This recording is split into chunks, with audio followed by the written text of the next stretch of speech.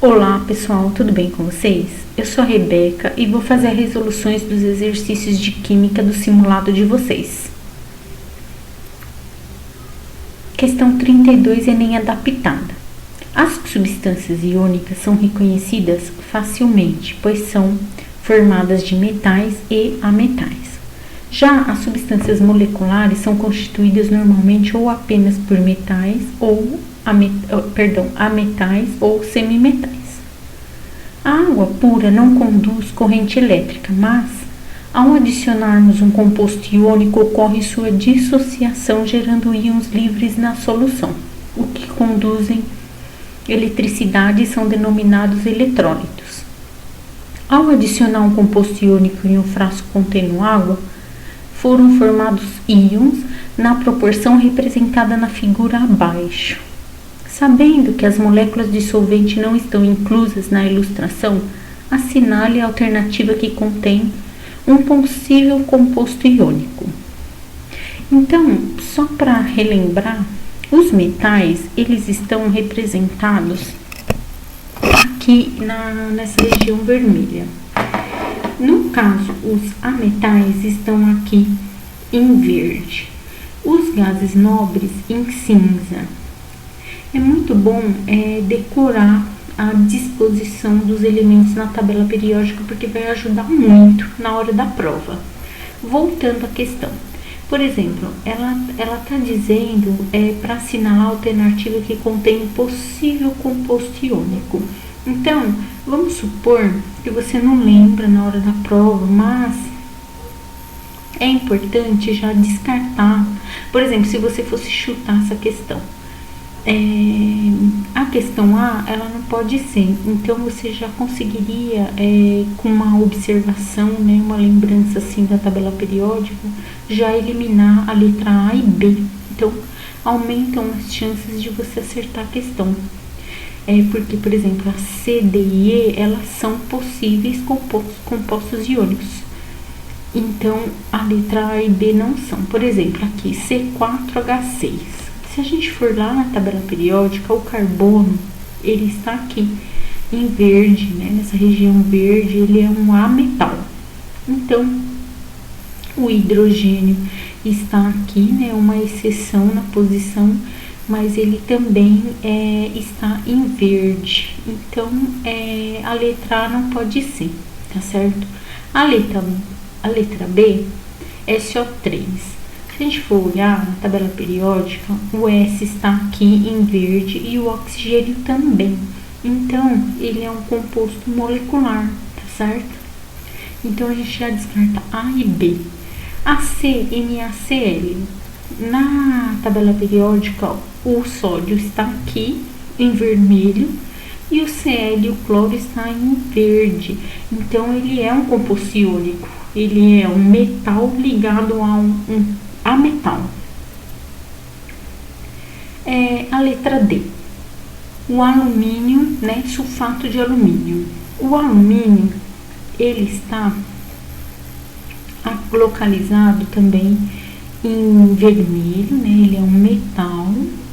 E, no caso, entre parênteses, é o sulfato. O sulfato, ele tem uma carga 2- aqui, por isso que tem o 2 aqui embaixo. E o alumínio é da família 3A, então esse 3, ele veio daqui de cima, tá certo? Então, ele é composto por um metal e uma parte aqui, toda essa em parênteses, a metal, digamos assim, porque ele está com elétrons sobrando. No caso, a letra E, também é um cloreto de cálcio. Se a gente olhar na tabela periódica, o cálcio está aqui em vermelho e o cloreto está aqui em verde. Então, é um composto iônico, tá certo? Agora, relembrando as características dos compostos iônicos. Então, a ligação é o metal com um ametal, eles são quebradiços, alto ponto de fusão e ebulição, eles dissociam em água e conduzem corrente elétrica. Dissociam por quê? Porque eles já são íons, né? A ligação iônica, o composto iônico, eles já são compostos por íons, porque por isso que ele se separa, dissocia na água. Agora, no caso, as características de substâncias moleculares é um ametal com semimetal ou um ametal com ametal. Baixo ponto de fusão e ebulição. Ionizam-se em água. Alguns dos compostos moleculares, eles ionizam em água, ou seja, formam íons, né? Porque eles não são íons, por exemplo, no caso do HCl, não são íons, mas em água eles viram íons, né? Ionizam-se em água. Normalmente não conduzem corrente elétrica, então é bom relembrar, né, as características desses compostos. Aqui também é importante lembrar, vamos supor o cálcio. Aqui tem o 20, né, lembrando que é um número atômico, que é igual ao número de prótons, que é igual ao número de elétrons no estado fundamental. Então, aqui tem a distribuição eletrônica desses 20 elétrons, tá certo? Então, o que a gente descobre que na última camada, que é a 4, né, a quarta camada, ele tem o que? 2 elétrons nessa camada de valência, né? A camada que vale mais, por isso que é esse o nome, camada de valência. Então, esses 2 elétrons são os 2 elétrons da última camada. Então, a gente descobre o quê? Que se ele tem 2 elétrons, ele vai pertencer à família 2A. A tendência dele, pela regra do octeto, para um átomo ele ser estável, né, ele precisa ter lá os seus 8 elétrons na última camada. Então, o que acontece? Aqui ele tem 2, então ele está muito instável, ele quer doar esses elétrons para que ele fique estável. Então, é mais fácil para ele doar 2 do que receber 6 para completar os elétrons, tá certo? Na última camada, a gente tem que pensar assim em química. O que gasta menos energia é ele doar esses 2 do que receber 6, tá certo? Então, a tendência dele é de ficar com a carga positiva 2+. Aqui o exemplo fósforo. Ele tem 15, número atômico 15 prótons, 15 elétrons. Então, pela distribuição eletrônica, a gente descobre que na última camada, que é a 3, ele tem 3 mais 2, 5 elétrons na última camada. Então, ele pertence à família 5A. Ele é um não metal, tá certo? Então, ele ganha, para ele é mais fácil ele ganhar 3 elétrons do que perder aqueles 5 elétrons da última camada, tá certo? Então, ele é muito eletronegativo e atrai muito esses elétrons para ele, tá certo? Então, aqui embaixo, só relembrando o cálcio, né? Ele tem muita tendência a doar 2 elétrons e fica positivo. E o fósforo a receber 3 elétrons e ficar com a carga 3-. Essa estrutura aqui, vamos supor, você fez a distribuição eletrônica, né? E descobriu que tem 2 elétrons na última camada. Se cair uma questão, por exemplo, desenhe a estrutura de Lewis do cálcio. É desta forma aqui que você tem que fazer. Você coloca o símbolo do elemento e as 2 bolinhas representando os 2 elétrons da última camada. No caso do fósforo, ele tem 7 elétrons, né? 5 elétrons na última camada, né? 3 aqui, mais 2, 5.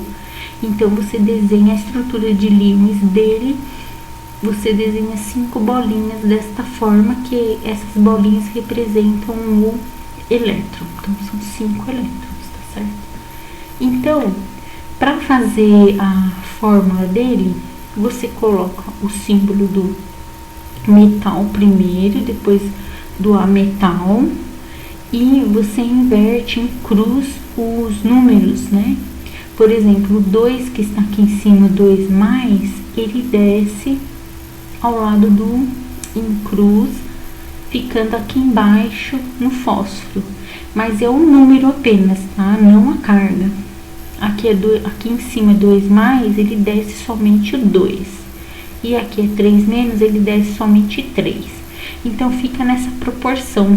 Porque, por exemplo, o cálcio, ele quer doar, cada cálcio quer doar 2 elétrons, tá certo? Só que tem, cada fósforo quer ganhar 3 elétrons. Então, 2 fósforos querem ganhar 6 elétrons. E para equilibrar o cálcio, se cada um doa 2, para serem doados 6 elétrons, é necessário 3 cálcios, tá certo? Então, é esse esquema de equilíbrio, né? De igualar a proporção. Então, é essa proporção, né? 3 cálcios para 2 fósforos. Então, a gente tem a resposta correta da nossa questão é a letra D. Por quê? Relembrando, esse 2, ele estava aqui em cima no sulfato, menos 2. E esse 3 estava aqui em cima do alumínio, 3 mais. Então, em cruz, o 3 que estava aqui desceu, ficou aqui ao lado do sulfato, o sulfato todo dentro do parênteses. E o 2 que estava aqui desceu, ficando ao lado do alumínio. Por que isso é importante? Porque na figura, por exemplo, um composto iônico, quando adicionado em água, ele dissocia totalmente. Então, o que vamos ter? Se aqui o alumínio tem 2, quer dizer que eu tenho 2 alumínios. Eles irão se separar aqui. Então, por exemplo, em branco aqui, eu tenho 2 alumínios para 3 sulfatos. Vou considerar o sulfato tudo que está dentro em parêntese. Então, eu preciso de 3 sulfatos. Vamos supor que o sulfato, ele está representado por essa bolinha preta. Então, eu tenho 2 alumínios para 2, 3 sulfatos. E 2 alumínios para 2, 3 sulfatos. Então, ele está na proporção correta.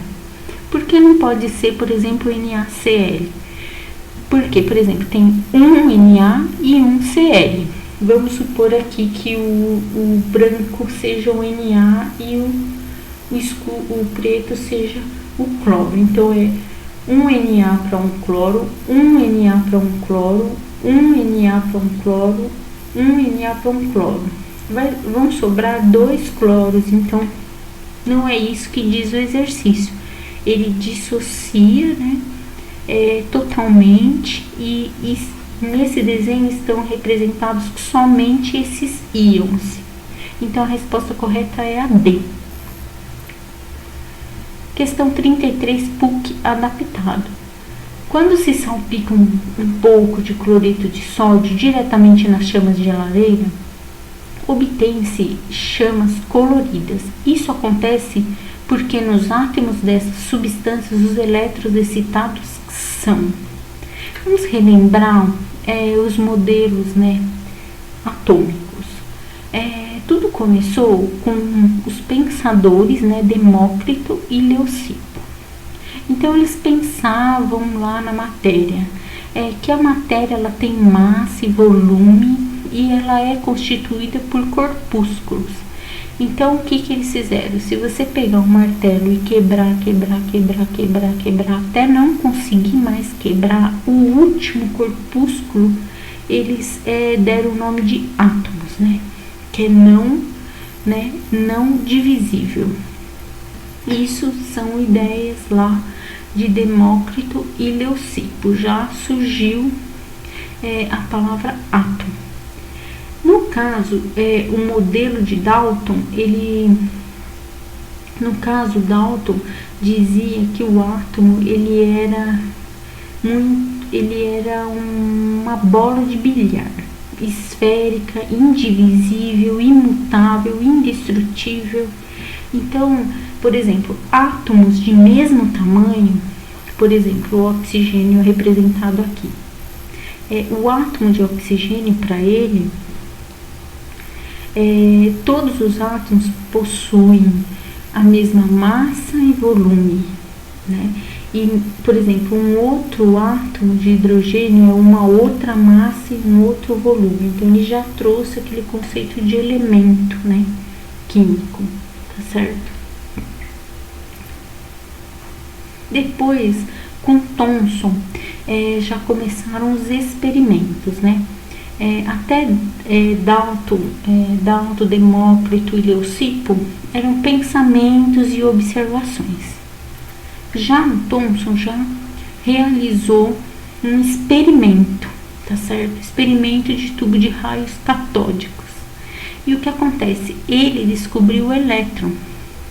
Então, aquela ideia de o átomo não ser divisível, agora, com o modelo de Thomson, o átomo já é divisível, tá certo?